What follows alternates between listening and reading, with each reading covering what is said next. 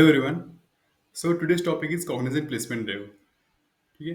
सो इसके अंदर हम देखेंगे कि कॉग्निजेंट के अंदर राउंड कैसे होते हैं, उसके अंदर क्या क्या चीज़ें आती हैं and how to prepare for that. ठीक है। तो अभी हम स्टार्ट कर देते हैं। अपना पहला टॉपिक है रिक्रूटमेंट प्रोसेस। ठीक है। उसके अंदर क्या होता है? उसके अंदर पहला राउंड होता है communication assessment. Next is aptitude assessment, जिसके अंदर हमको लॉजिकल रीजनिंग आता है और क्वांट भी आता है। And third is technical assessment, जिसके अंदर हमको कोडिंग क्वेश्चन आते हैं, एसक्यूएल क्वेश्चन आते हैं, और आपको क्लस्टर के बेसिस पे आपको या तो एचटीएमएल से जावास्क्रिप्ट पे क्वेश्चन आते हैं कोडिंग के, या फिर क्लाउड फंडामेंटल्स आते हैं, वो हम आगे देखेंगे। Last round is technical plus HR interview. ठीक है। सो ये आपका बेसिक आउटलाइन है रिक्रूटमेंट प्रोसेस की। ठीक है। तो अभी उसको हम डिटेल में आगे देखेंगे। नेक्स्ट इज कॉग्निजेंट क्या करता है? कॉग्निजेंट हमको तीन डिजिग्नेशन देता है। जेएनसी नेक्स्ट जो हमको आता है 6.75 L P A. Next JNC pro 5.4 L P A. Last is JNC, जिसके अंदर है 4 एल पी ए। तो जेएनसी मोस्ट हम लोगों को मिलता है। जेएनसी प्रो नेक्स्ट लेना थोड़ा सा डिफिकल्ट काम है। आई थिंक पिछले साल रामबेगे में बस एक को ही मिला था, जेएनसी प्रो था आई गेस वो। ठीक है। So it is difficult thing, लेकिन मोस्ट ऑफ लोगों को जेएनसी मिल जाता है। तो ठीक है, वो वही अच्छा ही है वैसे। ठीक है। देन नेक्स्ट इज हम देखते हैं, इसके अंदर आपको तीन क्लस्टर्स होते हैं। जो अब आप अप्लाई करते हो आपको तीन क्लस्टर्स मिलेंगे इसके अंदर। तो अपना पहला क्लस्टर जो है, तो तीन क्लस्टर में पहला क्लस्टर अपना जावा का। ठीक है। नेक्स्ट इज पाइथन का, थर्ड इज सी शार्प का, इसे डॉट नेट भी कहते हैं। ठीक है। तो इसके अंदर कैसा है कि जो अपना क्लस्टर वन है, इसके अंदर हमारा सबसे पहले जावा आता है। नेक्स्ट इज उसके अंदर आता है अपना एसक्यूएल। ठीक है। थर्ड इज अपना वेब डेवलपमेंट, मतलब web designing, HTML, CSS, JavaScript वगैरह। ठीक है। एंड उससे हो जाता है। इसके अंदर 85% क्वेश्चन आते हैं अपने जावा के ऊपर एंड एसक्यूएल के ऊपर, मतलब ज़्यादा जावा के ऊपर फोकस ही है। ठीक है। नेक्स्ट इज अपना पाइथन। ठीक है। पाइथन के अंदर आता है पाइथन आता है। नेक्स्ट इज उसके बाद भी उसके अंदर भी एसक्यूएल आता है।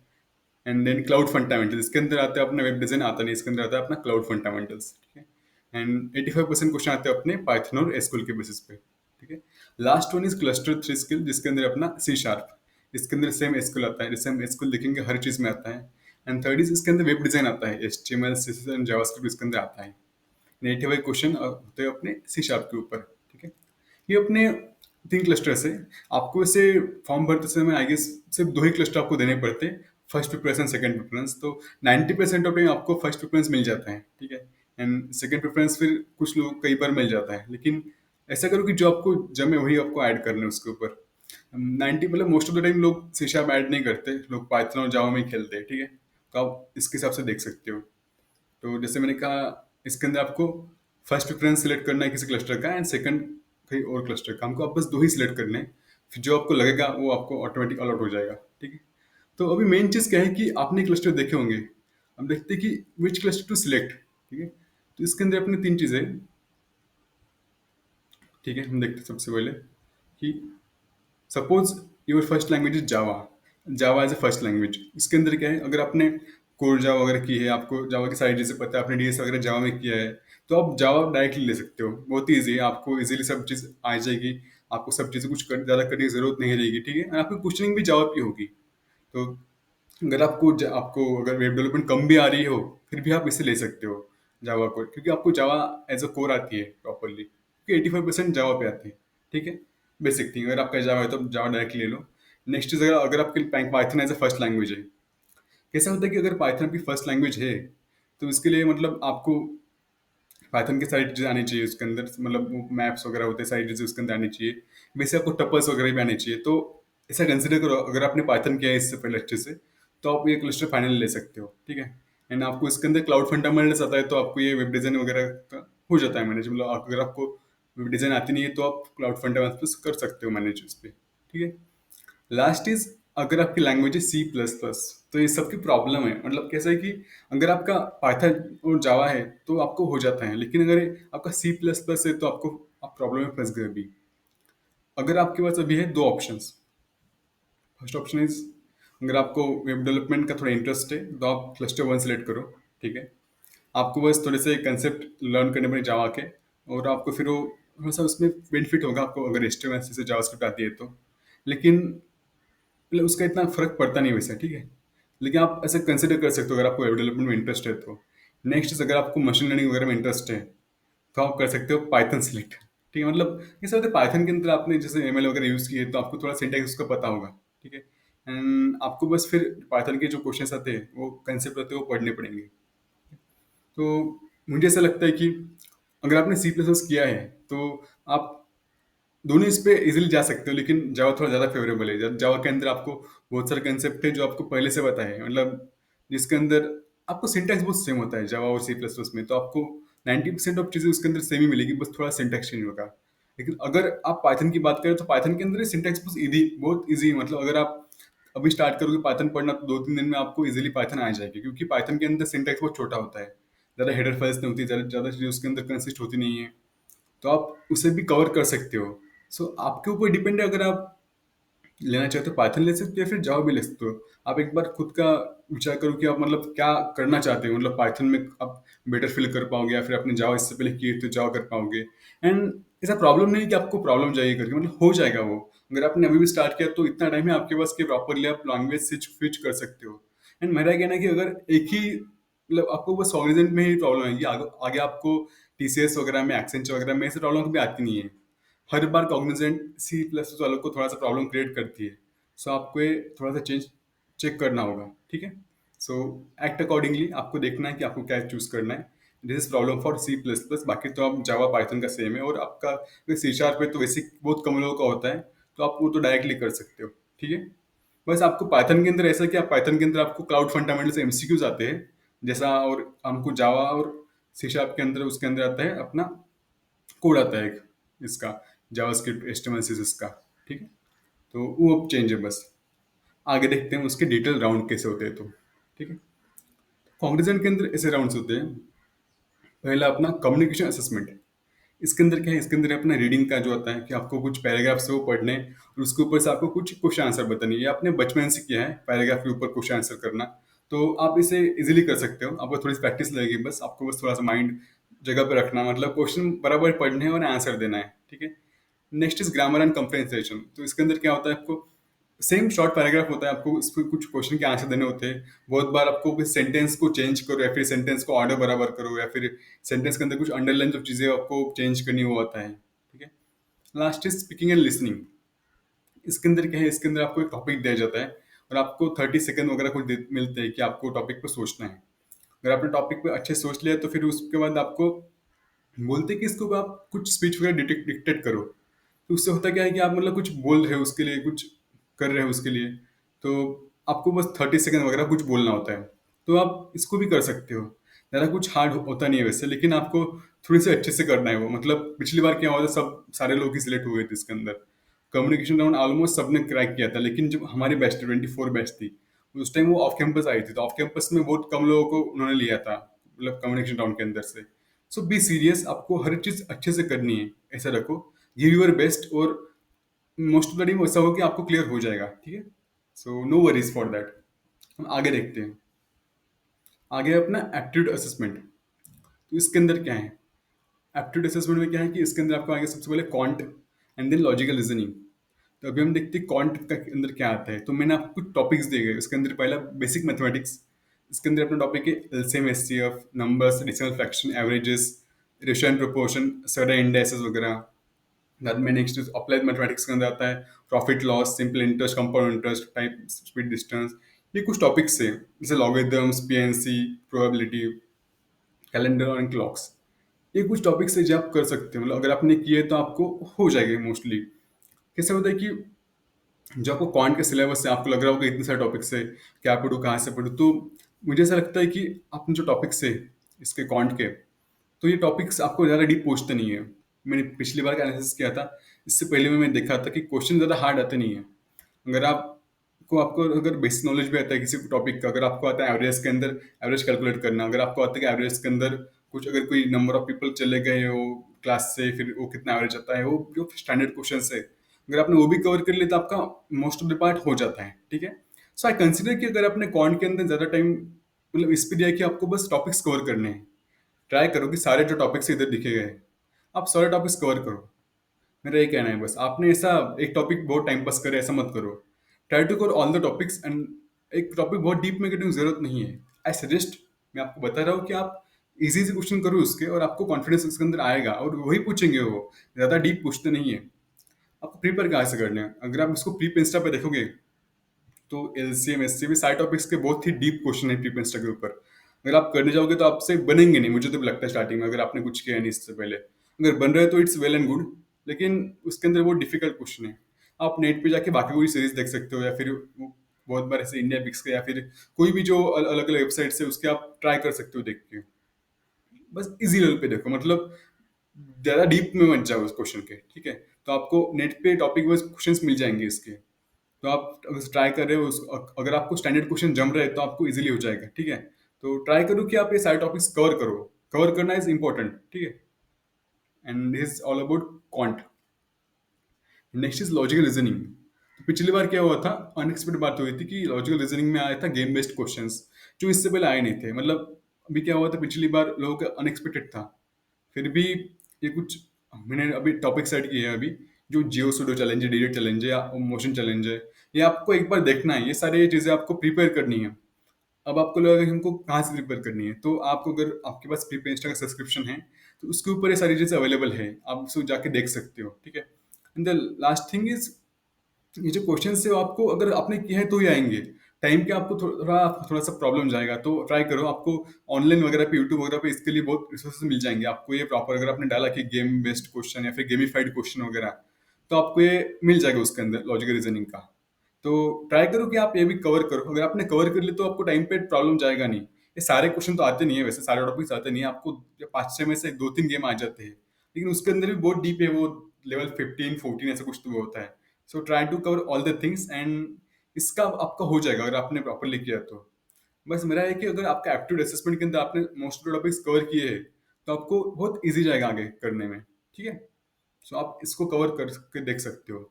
नेट पे देखो और आपको मिल जाएगा। ये गेम बेस्ड क्वेश्चन तो आपको प्री इंस्टा या फिर यूट्यूब पे, दोनों इस पे मिल जाएंगे। तो ट्राई करो गेमिफाइड क्वेश्चन देखने का। Next is technical assessment. इसके अंदर है क्या, टेक्निकल असेसमेंट में है, सबसे पहले आते हैं उसके अंदर दो कोडिंग क्वेश्चन, ठीक है?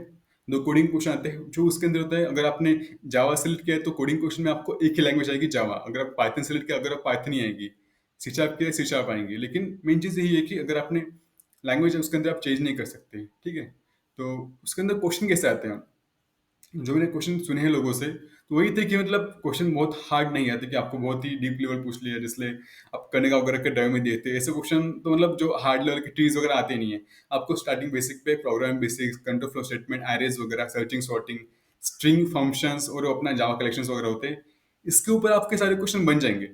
मैं आपको उसे सजेस्ट कर रहा हूँ कि इसकी ज़रा आप मतलब इसके ही क्वेश्चन ज़्यादा ट्राई करो कवर करने के। अगर आप ट्रीज वगैरह, ग्राफ वगैरह पे गए, तो आपको क्वेश्चन पहली बात पूछेंगे नहीं उसके अंदर, फालतू में आपका टाइम पास हो जाएगा, ठीक है? सो कोडिंग क्वेश्चन इस लेवल के आते हैं, और मोस्टली लोग आपके हो जाएंगे कोडिंग क्वेश्चन। आई कंसिडर, क्योंकि हार्ड लेवल नहीं है इतनी ज़्यादा। लेकिन आपको एक्यूरेसी लानी है, फास्ट कंप्लीट करना है, क्योंकि उसके अंदर बाकी भी चीज़ें होती है। टेक्निकल असेसमेंट में और क्या होता है, उसके अंदर होता है दो एसक्यूएल क्वेरीज। आपको उधर एसक्यूएल क्वेरीज लिखी होती है, मतलब आपको टेबल दिया गया होता है, और आपको उधर एक क्वेरीज लिखनी है टेबल का आउटपुट निकालने के लिए, ठीक है? आपको कुछ चीज़ें, कुछ डेटा आपको एक्सट्रैक्ट करना होता है। तो उसके अंदर कुछ टॉपिक्स हैं जो मैंने इधर लिखे, DDL, DML, SQL operators, SQL functions, clauses, joins वगैरह, सब क्वेरीज वगैरह, व्यू एंड इंडेक्सेस। अगर आपने ये सारी चीज़ें कवर कर ली, तो आपका एसक्यूएल क्वेरीज हो जाएगी। इसके बाद आप इसे प्रैक्टिस भी कर सकते हो बहुत सारी जगह, नेट पे अवेलेबल है रिसोर्सेज आपको। लीड कोड वगैरह पे आप देख सकते हो, ठीक है? ये सारी चीज़ें आपको एसक्यूएल क्वेरीज आपको प्रैक्टिस करनी है मेजरली। कैसे होता है कि आप एसक्यूएल इससे पहले आपने पढ़ा है, डेटाबेस पढ़ा है, लेकिन आपने इसकी कोडिंग प्रैक्टिस इतनी की नहीं होगी, तो वो थोड़ा फोकस करो, क्योंकि टाइम पे आपको उधर दिया जाता है सारी चीज़ें, आपको बस उस पर क्वेरीज लिखनी होती है। तो आपको समझना चाहिए कि कौन से टेबल से क्या एक्सट्रैक्ट करना होता है और क्या बनाना पड़ता है, ठीक है? सो ये अपने 2 SQL queries. Last thing is इसके अंदर होती है अपना एक HTML CSS प्रोग्राम और क्लाउड फंडामेंटल्स। अगर आपका सी शार्प या फिर आपका जावा है, तो आपको आएगा अपना एक प्रोग्राम HTML CSS जावास्क्रिप्ट का प्रोग्राम आएगा। इसके अंदर आपको करना है कि इसके अंदर आपको कंप्लीट करना है, वो आपको एक कोड दिया जाता है, ठीक है? तो कोड के अंदर कुछ डिबग करना है, उसे कुछ रॉन्ग से तो उसके अंदर चेंज करना है, और या फिर कुछ ऐड ऑन करना है जावास्क्रिप्ट वगैरह कोड पे। उससे क्या होगा कि आपको बस वो कोड को चेंज किया, तो उधर उसका आउटपुट आपको प्रॉपरली आ जाएगा। तो आपको बस कोड डिबग करना है मेजरली, तो ज़्यादा आपको पूरा कोड लिखने की ज़रूरत होती नहीं है। लेकिन रिक्वायर्ड चीज़ें आपको उसके अंदर ऐड करनी होगी, जो आपका HTML से जावास्क्रिप्ट का वेब डिज़ाइनिंग का प्रोग्राम होता है। नेक्स्ट चीज़, अगर आपने पाइथन किया तो आपको आएगी क्लाउड फंडामेंटल एमसीक्यूज। मैंने इसके टॉपिक भी दिए गए, इसके अंदर इंट्रो टू क्लाउड कंप्यूटिंग आता है, क्लाउड सर्विस मॉडल आता है, क्लाउड डिप्लॉयमेंट मॉडल आता है, वर्चुअलाइजेशन आता है, क्लाउड प्रोवाइडर्स और बेसिक क्लाउड सर्विसेज। ज़्यादा क्वेश्चन हार्ड आते नहीं है, लेकिन ट्राई करो कि आपका क्लाउड कंप्यूटिंग कवर हो। क्लाउड कंप्यूटिंग बहुत हार्ड नहीं है। आप नेट पे जाके जेब जेब जाके देख सकते हो, आपको बहुत सारे रिसोर्सेज इसके मिल जाएंगे। एंड आपको बस कंसेप्ट कवर करना है। आस पास अगर आपके एग्जाम्पल वगैरह आप देख लो एक बार, उससे क्या होता है कि आपको मतलब एक क्लैरिटी आ जाएगी कि टाइम पे क्या करना है आपको। ठीक है। सो टेक्निकल असेसमेंट ऐसी है, आपको इसके अंदर 5 क्वेश्चन है, 2 coding question, 2 SQL queries and 1 HTML CSS program, अगर आपका जावा और C# पे, या फिर आपको आते हैं क्लाउड फंडामेंटल एमसीक्यूज। खत्म। इतना ही अपने टेक्निकल असेसमेंट में, और आपको इसमें बहुत टाइम मिलता है। So try to cover all the things, and आप इसमें अच्छा परफॉर्म करो, क्योंकि ये थोड़ा मेन होता है। बहुत लोग इसमें कट जाते हैं। ठीक है। So try to cover all the things and it will be easy. Last is अपना टेक्निकल इंटरव्यू। ठीक है। टेक्निकल इंटरव्यू होता है जिसके अंदर बेसिक टेक्निकल इंटरव्यू जो हर जगह होता है, आपको एक ही इंटरव्यू होता है। अगर आपको ऑन कैंपस है तो 90% टाइम आपको नागपुर होकर बुलाया जाएगा इंटरव्यू के लिए, या फिर जो आपकी नियरेस्ट जगह है कॉग्निजेंट कैंपस की, वहाँ आपका आपका इंटरव्यू होगा। कॉग्निजेंट कैंपस में हो सकता है, फिर कॉलेजेस में हो सकता है, कोई भी आपको इन्फॉर्म करते हैं कॉलेज वाले। ठीक है।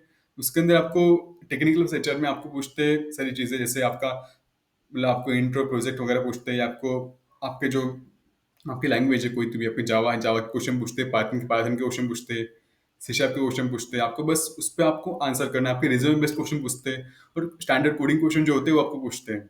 तो ज़्यादा कुछ हार्ड होता नहीं है, लेकिन आपको जो बेसिक इंटरव्यू होते हैं टेक्निकल के, वो आपको सारे कॉन्सेप्ट कवर करने हैं। आपने इससे पहले बहुत बार टेक्निकल इंटरव्यू देखे होंगे बाकी लोगों के, तो आपको उसी क्वेश्चन को देखना है, उससे ही हो जाएगा मतलब। ठीक है।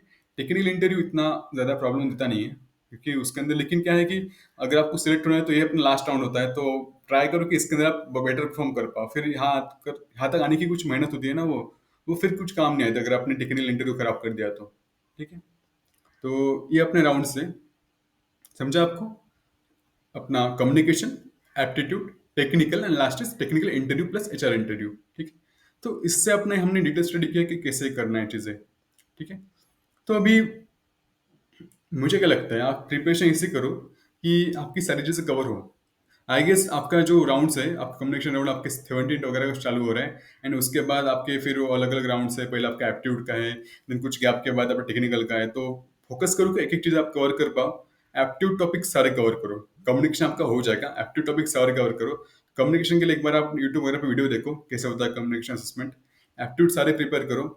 थर्ड इज टेक्निकल असेसमेंट में आपको SQL कवर करना है, क्वेरीज सॉल्व करके।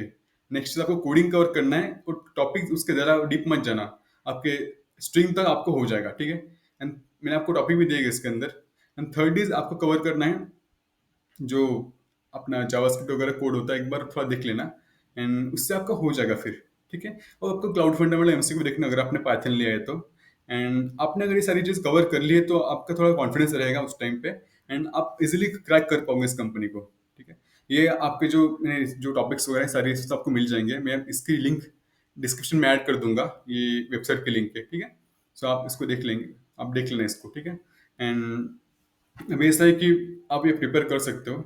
एंड जैसे मैंने पिछले मंथ स्टार्ट किया था, अपनी क्लास स्टार्ट किया था DS एकेडमी, तो मतलब प्लेसमेंट प्रिपरेशन कोर्स, तो उसके अंदर अभी मोर देन 60+ स्टूडेंट एनरोल्ड है। तो हम इसके अंदर वैसे एक कॉग्निजेंट प्लेसमेंट का रोड मैप ले रहे हैं उसके अंदर, जिससे हम प्रॉपरली उसका कहाँ से प्रिपेयर करना है। वैसे 15 डेज का हमने रोड मैप लिया है, जब तक 27 वगैरह तक। तो आप अगर आप कुछ इंटरेस्ट वगैरह है तो आप ज्वाइन कर सकते हो प्लेसमेंट प्रिपरेशन कोर्स।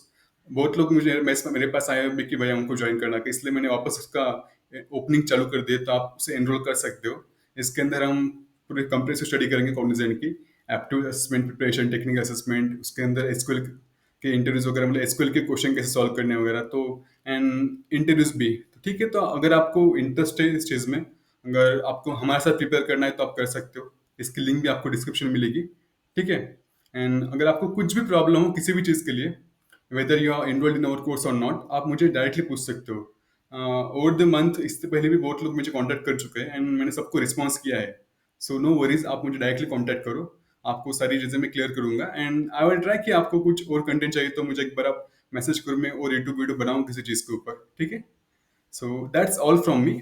अगर आपको वीडियो अच्छा लगे तो लाइक करो, शेयर करो एंड डू सब्सक्राइब, ठीक है? Thank you.